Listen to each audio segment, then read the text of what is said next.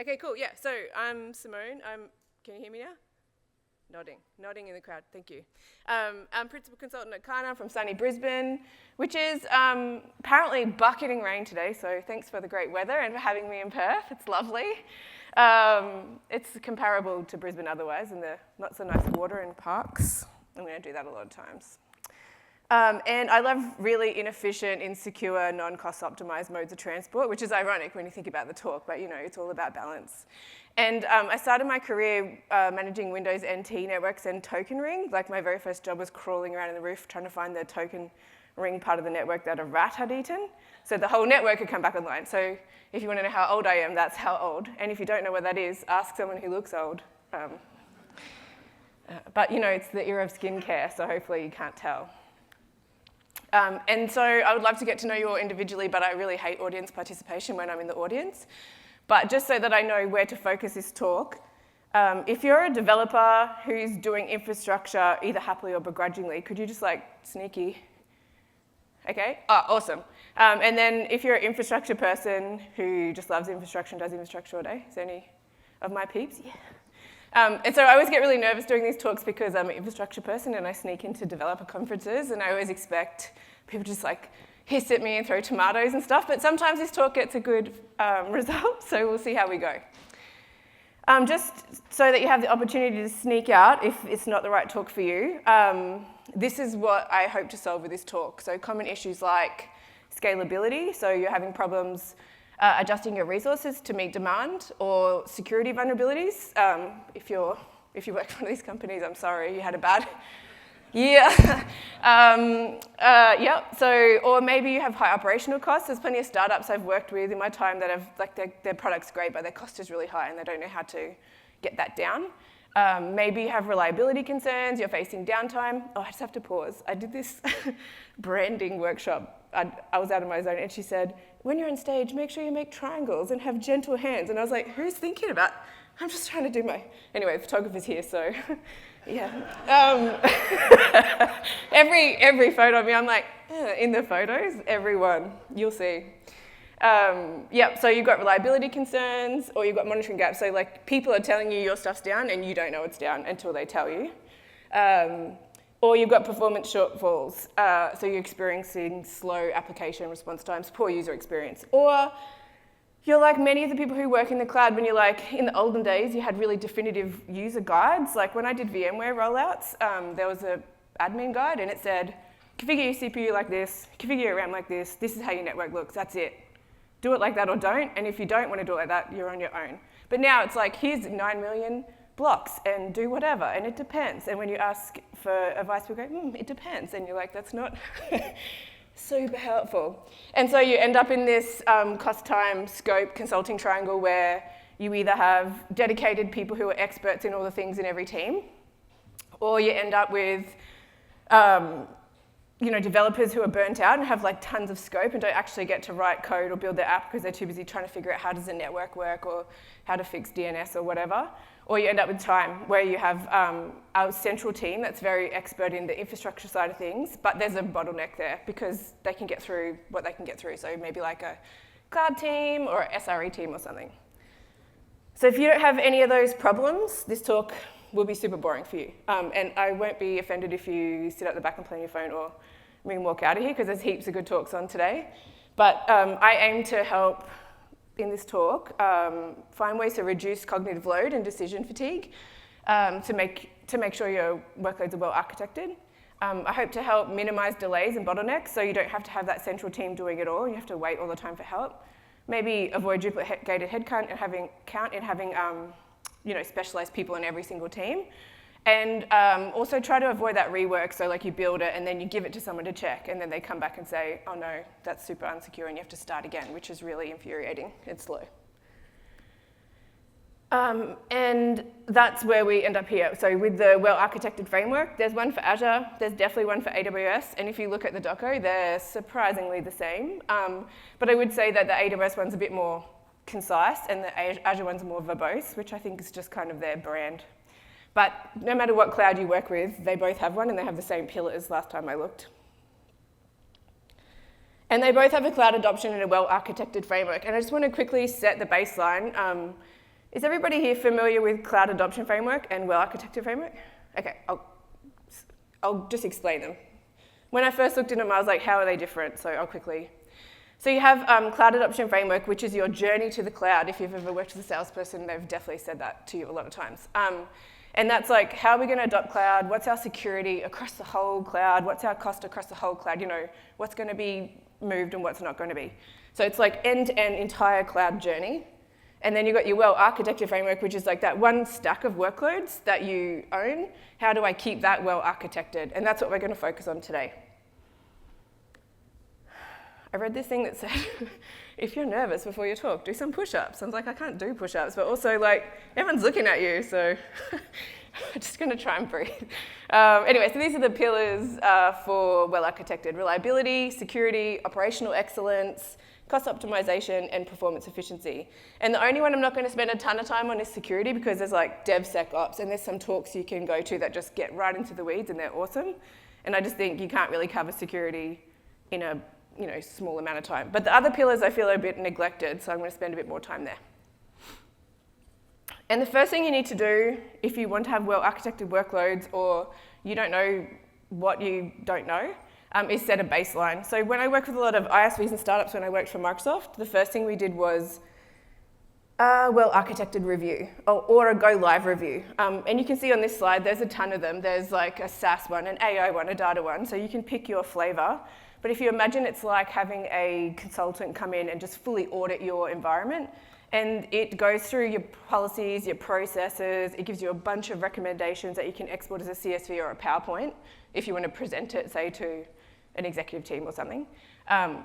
And then you can prioritize those, put them in your backlog and start working towards them, and you get a score and everything.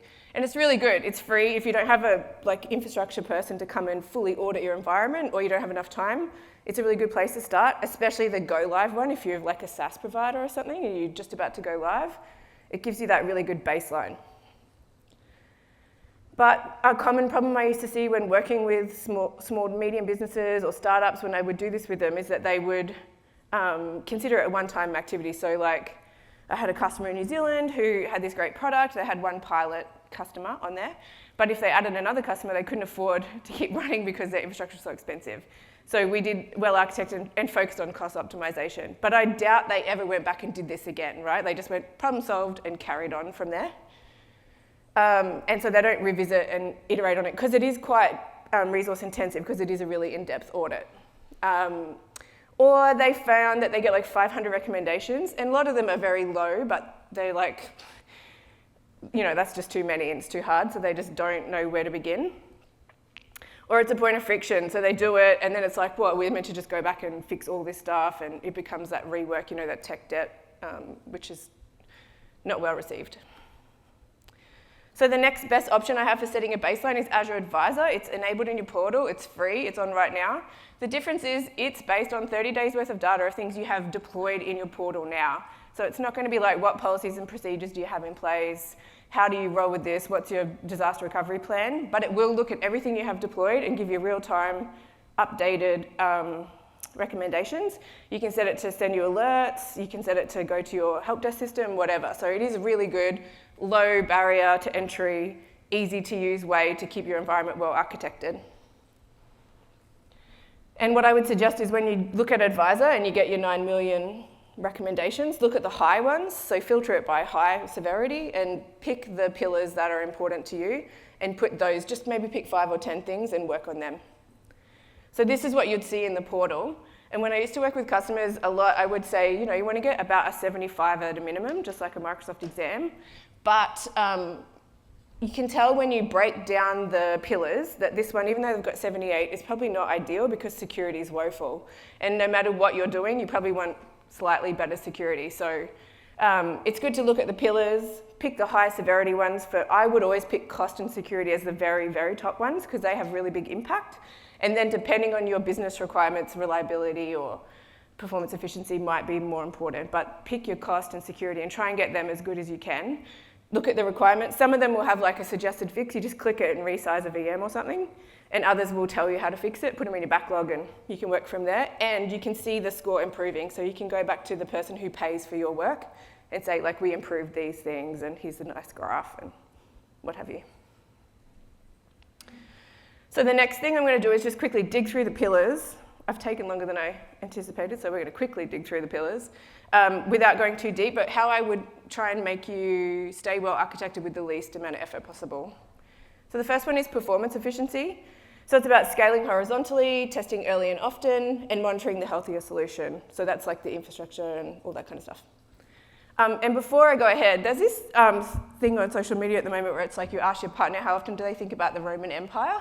And apparently guys say like weekly. Do you think about the Roman Empire weekly? Can you please just give me an acknowledgement? Yes, there's a lot. That's the answer I wanted for my joke to work. I don't think about the Roman Empire ever, which is so interesting, right? But do you know who I do think about all the time? Oh, sorry, the reliability pillar overlays. They go together. But anyway, I think about Ticketek because every time there's a concert or a show or a sports game, like you can't get tickets. And the website crashes, and it's on the news, and people are having parties, and they've got all their iPads lined up, and blah, blah, blah, and how can we get the ticket? I'm just like, what? You know people want Tay-Tay tickets, right? Like, why wouldn't you just pre-scale it the day before? I don't understand. And I was saying this to my team, and my colleague Ryan was saying, yeah, but you know, like it's part of the hype. They want it to be on the news. They want it to be hard, and it's all about perceived scarcity. And I was like, oh yeah, I guess that's fair in Ticketek's case. But most businesses want you to come and give you money, and as many times as you want, give me money. Like, they don't want it to be hard. They don't want perceived scarcity. And a good example of that is Skims, which is Kim Kardashian's loungewear company, and you can get like cute little matching outfits with you and your dog for Valentine's Day. And they had this drop recently, and as soon as they dropped it, they were hyping it up for months, like all these celebrities. As soon as they dropped it, the website crashed, and it was offline for 8 hours. And social media was going berserk, which is why I followed it, because it was hilarious. But again, I was like, what, you didn't think anyone was watching your ads? It's Kim Kardashian, give me a break. So this was the experience their customers were having. They're like, you know you're going to get traffic, like your website can't handle it. And I was like, I agree. Kylie, I agree, you're a billionaire, you can't afford a few scale sets? Come on, man. Kendall, classic Gen Z, just chaotic and with the bows, you know. And then Michaela, someone do a mental health check on Kayla because she was going to have a full-blown mentee bee if she didn't get to match with her dog for Valentine's Day. And I feel like that's not the customer experience we're looking for.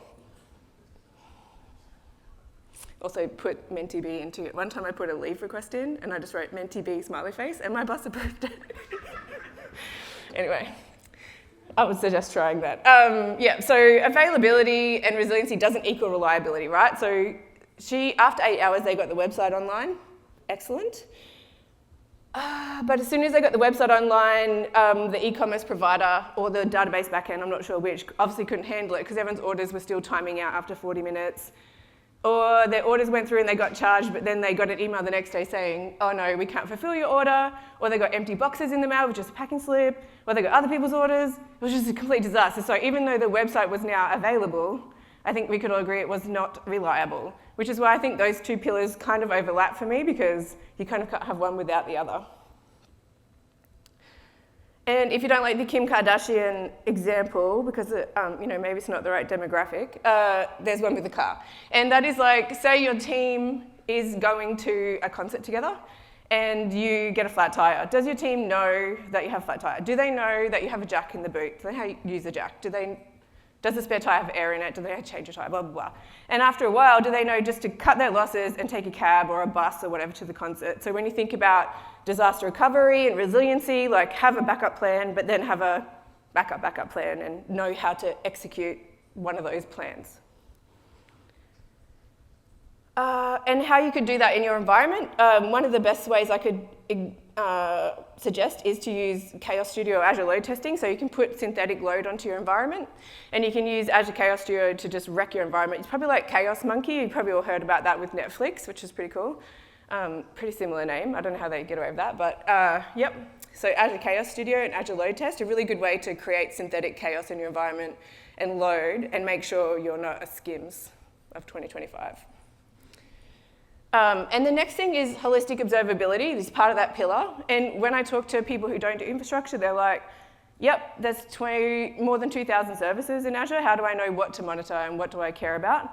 There's the Cloud Adoption Framework Patterns and Practices team has a thing called Azure Monitor Baseline Alerts. It's free, it's open source, and every product group owner at Microsoft has to own their product, and they put the alerts that they think you should have for that service in there. So what it does is create a bunch of Azure policy. Then if I create a storage account, the policy will apply the alerts for things like soft delete's been turned off or whatever. So it's just built in for you and ready to go. It's just a one-off deploy. Use PowerShell. It's very easy. And it's easy to delete the policies that you don't want or edit the alerts. It also sets up the action groups and everything for you. So check it out. And then also, you know how we talked about Advisor in the portal? If you want to go in deeper, there's the Azure Advisor workbooks, and they go in more depth. So this is a reliability one. And something you could say is most people wouldn't know that you need to change the type of hard disk that you've got so that you get a better SLA. Like, even I don't think about that. But this will tell you, change the hard disk type and you get 99.99% SLA for no effort. So the workbooks are really good. There's a cost update one, a service deprecation one, a bunch, and they keep adding them in. So it's not automated, but it's like available for free and right there. If you want to know what's happening within your workload, so that stuff's like what's happening in the Azure infrastructure plane, but if you want to know what's happening within your workloads, no matter what platform on them, Jake in my team loves open telemetry. He will talk about it all day, so find him, he's the organizer here. But you can build it into your things so that you can get the telemetry and the information you need out of your application and know what's happening and keep it well architected. And then conversely, a lot of other people I work with in the dev space love application insights. And I don't mind this too, because when I have to do containers, which I'm not an expert at, it gives me like all these pre-made workbooks with all the performance and everything else in there. You just turn it on, and then the workbooks are there with all the stats and data that you might need to keep your infrastructure running really well. Cool. Also, if you want any of these slides and you don't somehow get them, just find me on LinkedIn and I'll happily send it to you so you can just get all the links. Okay, cool. So next is operational excellence. So that's again about that holistic observability. But really, I think the key about this one is DevOps and reliable predicted automated deployments, or the current buzzword, pave path and platform engineering. But we do the same thing and call it slightly different things, round and round we go. But for me, the key for this is building a well-architected stack, so keeping things well-architected and having sensible defaults in place so that you don't have to think every time you go to deploy storage, what settings should I have? It's just sort of pre-configured for you without thinking about it. And then also keeping it well-architected, so reducing tech debt, not just having that be a one-time thing that I think about. When they change TLS 1 to 2, having some way to keep that updated. And I really like this quote from Kelly Shordridge's article because it backs up the narrative of my talk. But also, it's a really good article, and it says that our common enemy is unintended behavior, and that we should build standardized patterns and build standardized solutions for cross-cutting concerns, or those paved roads and patterns. So the way I would do that if I was you, or the way I do it, is to use infrastructure as code. I'm Team HashiCorp, Terraform, but you can use whatever you want, I don't care. But infrastructure as code is the way to go. Pulumi, ARM, Bicep, OpenTofu, if you want to be a rebel. And if you say to me, Terraform isn't really a solution, it's just a language, that's fair. So I would suggest looking at the Azure verified modules. I don't know if anyone ever used the Camel repo. Oh, there's some nods. But it was like a bunch of pre-configured things that you could deploy, but no one really owned them, and it was open source, and they went a bit out of date. But these ones are owned by the Microsoft product groups, so there'll be things like resources like storage account or patterns, where it's a whole solution. And someone from the product group has approved all the settings, and it's well architected, and it fits together with all the other ones, so you can use that. There's also the development environments and CLI templates, but I don't love them as much because you deploy them from your local machine. And I'm a big fan of change control and deployment gates and all that infrastructure-y, sysadmin-y stuff. So if you're building proof of concepts or just trying to see if something will work, the Azure development environments and CLI templates are little pre-configured solutions like virtual desktop. You just click it and off it goes. But verified modules are a really good way to have those pre-made Lego blocks to build your environment in a well-architected way. So that's what they look like. You can see there's Bicep and Terraform. The resources are individual things. Then you've got patterns, which are a whole entire solution. And then the utility modules are little tiny modules they reuse over and over again. This is the developer environments and CLI templates, which I'll skip through because for some reason, I normally talk so fast, but I'm burning through time. And then you say to me, okay, cool, but I've already built my environment, click up, sit in, and it is there, and I don't want to go back and write it as code. And I've definitely had to do that, take a customer's environment, try and write Terraform to match it, and it was a mission, so I understand why you wouldn't want to do that. Also, if you see people who have ClickUp sit in, I welcome you to say, welcome to ClickUps, baby, which I always say at work and no one ever laughs at. But anyway. So there's some tools I really like to use, and when I saw this one, AZ Terrifier was his first name, I was like, yes, finally. You point it with PowerShell to a resource group or list of resource groups, and it will take that stuff and write it as code for you. And it's about 80–90% of the way there, perfect. So it's way better than having to just look at what's there and try and figure out how to write it and test and test and test. If you're an ARM and Bicep type of person, that's cool. There's AZ Ops, which is also cool, free, open source. Both of them are free, and you can contribute to them, create issues on the repo, whatever. AZTF Export has been picked up as a proper product, so you get faster replies on that repo, but use whatever works for you. Also in preview, so if you go RC portal in Azure and you get the preview stuff, there's a new preview for Terraform. You could always go into the portal and say export to Bicep or export to ARM, but I was super happy to see the preview now where you can go export to Terraform. So this is a storage account. You can just click it. You can see the whole Azure RM provider and everything that's configured for it, which is amazing because sometimes the Docker is a bit lax and you don't really know what settings it wants or what format it would like its values. And I really love the AZ API one because it's kind of, AZ API I think is sort of where they're headed as a future over RM. But it's really hard to find what on earth values it wants because the Docker is really scarce. So the export to AZ API is cool. Open your CLI of choice, obviously VS Code for me. There's your code, you can delete it, edit it, change it, duplicate it, do whatever you need, and it's fully configured the way you had it in the portal. And then the final part of that piece is using DevOps. So I'm a big fan of deployment gates. I'm a big fan of teams being able to contribute wherever they need. You're not having a bottleneck, so you shouldn't have to ask the cloud team to fix a missing tag. You should just be able to create a PR, fix the missing tag, and carry on with your day, right? So the best way to do that is to have CI/CD, use DevOps, GitHub, GitLab, CircleCI, whatever you like. I'm to GitHub, but honestly, it doesn't really matter as long as your whole team can use it and contribute. Cool, so that's how you can sort of boost your journey to having a well-architected stack, but how do we keep it well-architected? And the best way to do that is have guardrails in place. And this is sometimes a contentious topic because a lot of developers don't want guardrails, they just want freedom. So this is hopefully a good way to find that middle ground. And also, this is why you do need guardrails. So Stripe is, those little square white things in your tap at the markets or the coffee shop or whatever?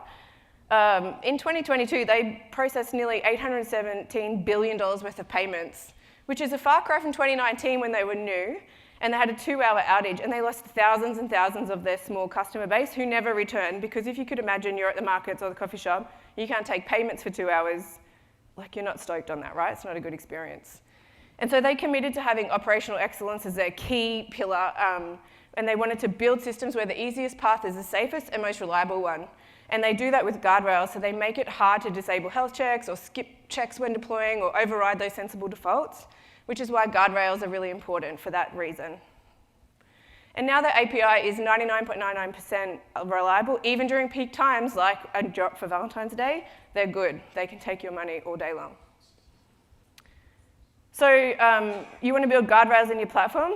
The best way to do that is with the enterprise policy as code repo. If you use the Cloud Adoption Framework templates for the landing zones, the Bicep one or the Terraform, they use this repo as well. So all the built-in policy in Azure and all the custom policy in Azure is there as code. You can either use that or you can copy it and modify it, but it's a really good place to start with policy as code. And some dev teams I work with don't like policy because they're like, oh, this stuff just magically happens and I don't know what's going on and why that's changed. But if you have your policy as code, your team can see what's happening, they can see what the policy is, and if they don't like something, they can make a PR and be like, I don't want my Azure Container Apps to get tags automatically because it breaks it, so they can exclude it or whatever. So if you have it as code, it's documented and everybody can see it. It's not some magical thing that just sort of drives people crazy. And at Arcana, when I build the landing zones, oh, hopefully you can see that. Is that too tiny? Oh no, it's okay. It's too tiny? Okay, cool. Just put your binoculars on. So at Arcana, we do that with our landing zones. So we have, for example, one to enable mandatory tags, because tags are super important, but they're not something that you think about often when you're building environments. And so we have the API versioning, which is cool, because did you know you can version policy now, which is really, really cool. No more automatic surprise updates. And then we apply it to our root or platform management group, and then we apply the tags that way. I just talked through my demo, but yeah. And so you can see in the portal that it has a policy initiative here with 18 policies to apply tags. So anything you add, if it doesn't have a tag, it will tag it for you from the subscription and inherit it down. So how that looks like, not just as a block of code, which I often find not that useful if there's no context, is we build management groups for our guardrails. So we have that top level there. We build the platform management group with our connectivity, identity, and management resources in a central place, all governed by their own set of guardrails and policy and security.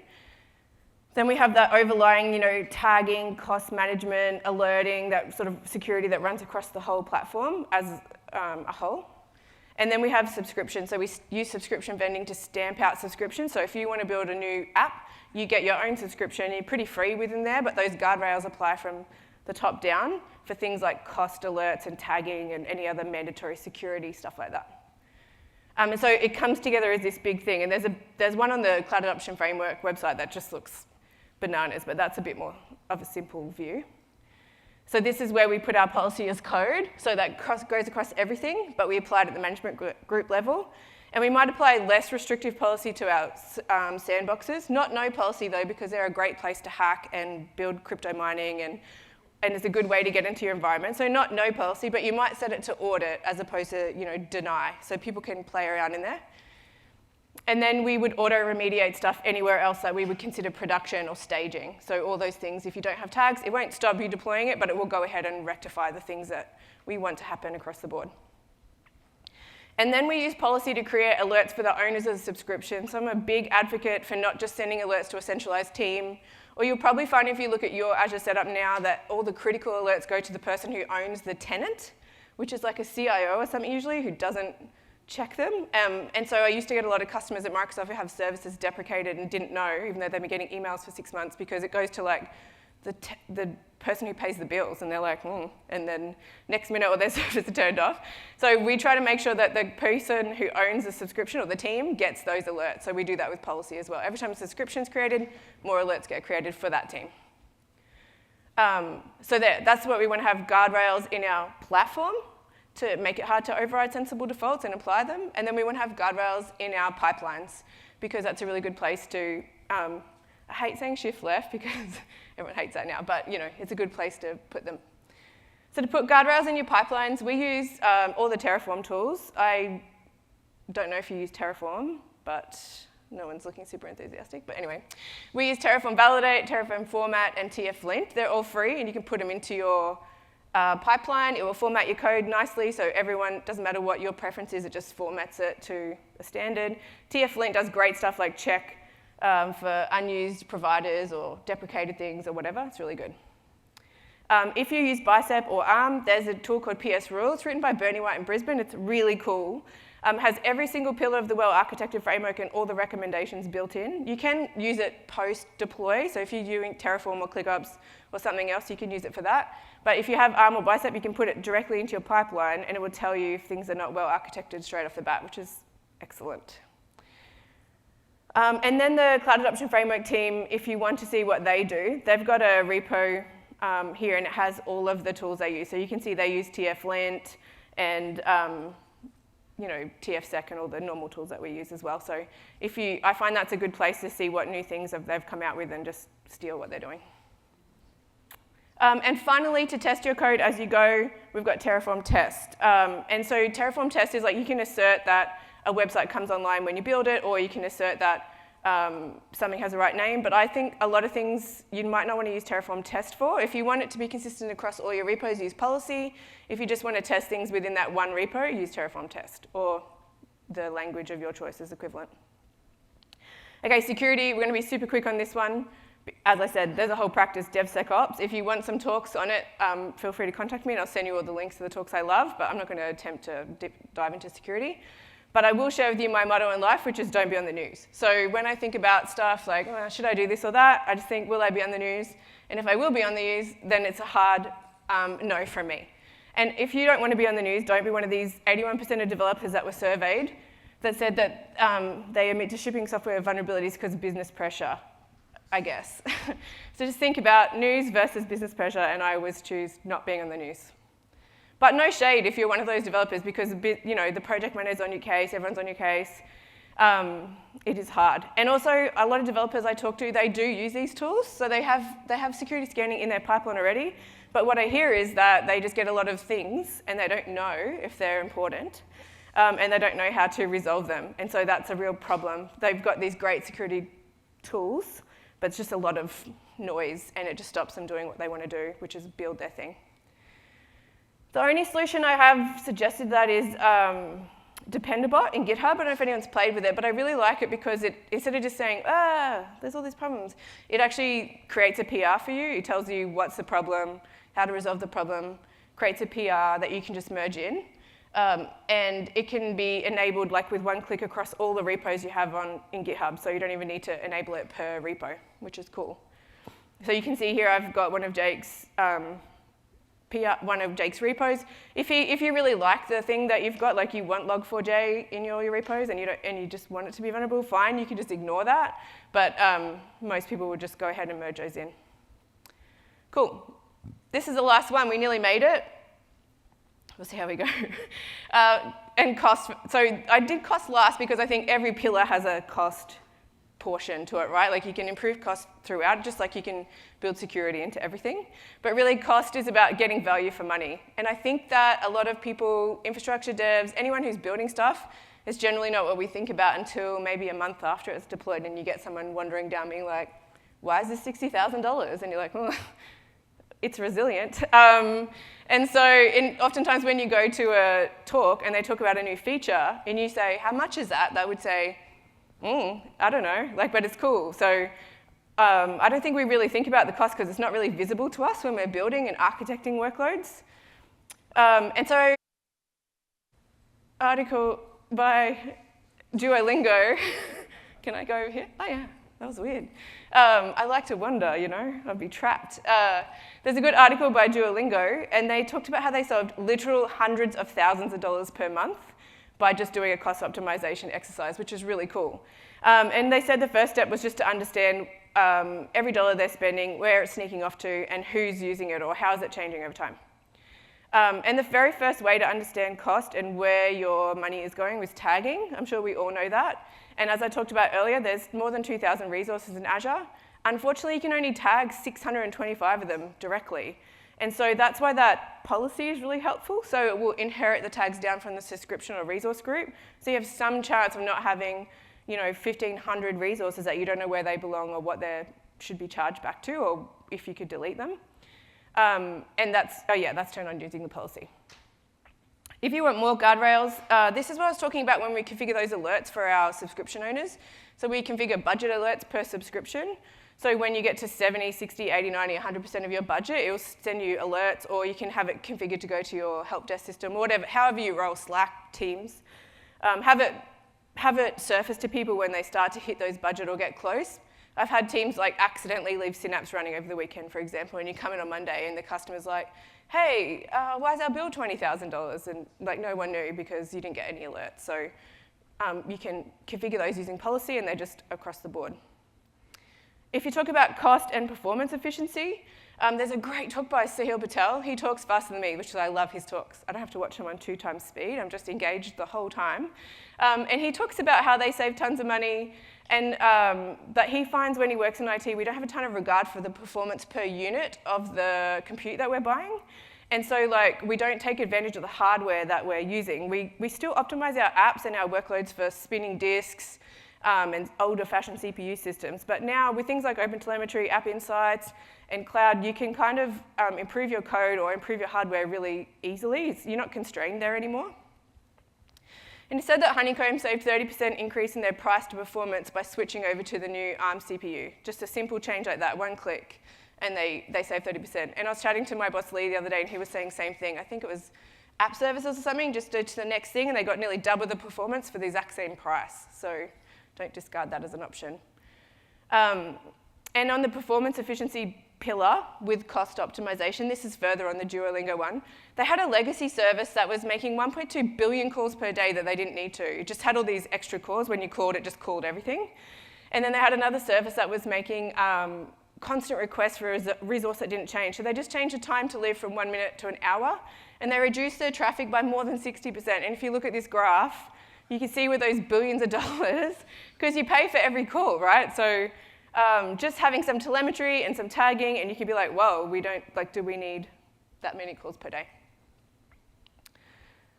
So when we talk about operational excellence and cost, my favorite tool is InfraCost. Hopefully you can see it because it's quite bright in here, but so InfraCost is really cool. It goes in your pipeline. So we just have it in our pipeline. You get a PAT token. It's free for, I think, 1,000 calls, which we never hit. And you just set up InfraCost. You tell it to do a diff, so what have I got deployed and what am I about to deploy, and then create a comment in your PR. And that looks like this. So you can see here, I just turned on everything in our landing zone for the example to be dramatic. And you can see that my new cost when I'm just about to push this change is more than $1,000 more. And you can go, whoa, I didn't mean for that to happen. And you can see that I'm deploying a firewall and a bastion and a bunch of public IPs and a container registry, and everything else is turned on. And you can say, yeah, right, I didn't need 2 firewalls or whatever, and I didn't want my cost to change by $1,000 per month. So it's free. You can put it in your pipelines now, and it can be a PR, so it's really helpful. We just do it for our internal dev one, obviously not in our customer deployments, but I would suggest checking that out. Also, if you want the cost to be more direct, you can get the VS Code plugin. So every time you type add resource, this is an AWS example, it pops the cost up the top there. In total monthly cost for the instance is $700. So you can say, oh, actually, maybe I don't need that one. Maybe it could be smaller. Or maybe you do, but at least you can make an informed decision. And it sort of puts it more in your face, not a month later when you have to go back and change it. If you're using Armor Bicep, there's Cost Estimator, which is free and open source. It's not as mature as InfraCost, but it's free and it's there, and it works really well as well. This is completely not automated. I put it every talk I ever talk about, because when I talk to customers, reservations is like, oh, they're too hard, I'm trapped, I'm locked in. But really, you can reserve everything that's on this screen. And most people just think it's like VMs that you can reserve, but everything. And I had a customer recently save $23,000 a month by reserving storage. So it's worth having a look. You go into the portal, you click this, it will tell you what you can reserve and what your savings might be based on what you have deployed. It's not automated, unfortunately, but you will get alerts for this from Advisor. So if you turn on the emails, it will email you and say, you could reserve this and this and this and save $7,000 or whatever. And then you can go in the portal and click around. You can trade reserves instances. You can get refunds for them. They're not as scary and locked in as you might think, and that you will save like the bulk of your money there. So it's not automated, I know, it's a bit boring, but just so spreading the good word, So when I'm looking to optimize costs, the way I do that is using Azure Advisor recommendations as an automation way, so push that stuff back out into my team without us having to go look for it. And then things like scheduled shutdowns, you can automate that, and tagging. You can base it on tagging. Like if it's dev, it doesn't need to be running. We all know that one. But then some more purposeful things you have to go look for is decommissioning things or right-sizing things, or looking at those Azure Advisor alerts or your telemetry and seeing where you might be able to change your hardware or reduce your time to live, to 1 hour and save $1 billion. Yep. So I rushed like a maniac, no, I've got heaps of time. These are the reliability, security, cost update, operational, and performance efficiency. And there's a good doco on the Microsoft page about the trade-off. So say you want a really secure environment, that's not going to be the cheapest. And if you want a really cheap environment, it's not going to be super reliable or resilient. So if you need help to understand what pillars are the most important to you, because you need to figure out which recommendations to prioritize, the trade-offs are really good in helping you step through that. This is the most corporate boring slide, but it's good info. And to summarize, you just need to start by setting a baseline. So we use the well-architected review for a really in-depth policies and processes, everything we have deployed option, or you can use Advisor for a really quick and easy way to get started. You can use Advisor, the workbooks in Advisor, budgets and alerts, and the Azure Monitor baseline alerts to start to understand your environment and see what you have and start to understand what's happening. Then you can implement guardrails, so I would suggest policy as code and things in your pipeline so that you can keep your costs optimized, keep your stuff written as code. You can convert your ClickOps workloads back to code, so then everything's documented and managed with deployment gates and change control. And if you need help to get started, you can check out the Azure Verified modules. And finally, you can use paved paths and repeatable infrastructure with DevOps and infrastructure as code to set up automated testing and linting, make sure your stuff is streamlined, make sure it's load tested, make sure you have that chaos in there, or you understand how to recover it and make it resilient. Before we carry on, I just want to say thank you to the sponsors. Amazing. Thank you for having me here from Brizzy. Also, thank you to the room sponsor, Software One. I did a mental health check on Michaela. I think she got her matching outfit because she looks really happy. So don't be worried about that for the rest of the day. And that's me. So please find me on LinkedIn or Blue Sky if you want the slides or you have questions, or if you think I missed some excellent tools or you have feedback on the talk. I love feedback, even if it's constructive, not mean, just constructive. Yeah, so hit me up. Thank you so much. Thank you, Simone, for a great talk. We're running out of time. We quickly have to pick up one or two questions. Raise your hand, and then the mic will come close to you. You don't have to ask questions, I suppose. Oh, there's one over there. Oh no, triangles. I don't know. I didn't listen. Hey, this is not a super important technical question, but I feel like there was going to be a joke on the Roman Empire that we missed out on. The joke was just that, like, I just don't understand why you think about it every week. Like, I just don't understand. But anyway. Well, you were talking about well-paved templates, so there's a link there between Roman good roads tip. and... All right, I'll work on my jokes for the next time I give this talk. I love a good... I can't think of it off the top of my head. I'm not that witty. There's someone laying down with their hand up at the back. I bored them, but they've still got a question. Do you have any tools or approaches for testing policies? For testing policy, how do you mean, like just making sure it deploys properly and doesn't break stuff? Yeah, last one, cool. Maybe the only thing I could suggest is something like Terraform test, where you deploy it, it goes and deploys all your infrastructure in a test way, and then you use the assert to say, make sure this happened, make sure that happened. So that way, or other times, I've just done quick and dirty PowerShell scripts that run as part of my pipeline and be like, does all this stuff belong where it is, and is it how I want? It's probably not super sexy, but that works as well. But yeah, just the testing. Terraform test is pretty extendable, yeah. Oh yeah, of course. Yeah. That's the right answer. You can put it in audit and then just manually go make sure it doesn't balk your environment. Yeah. But the versioning really helps. So now that you have the versioning for policy, you don't get those surprise, like, oh, 1 minute, it just doesn't work anymore, and you spend the day. So you can pin your policy to a version and then make an educated decision to go to the new version, which I find is really Okay, helpful. and last question, then we'll probably close from there. So it's Tim here. Congratulations on coming from infrastructure to do configuration code. My experience is that seems to come more from the developer side, and the infrastructure, it's quite tough to get them to convert. Yeah, right.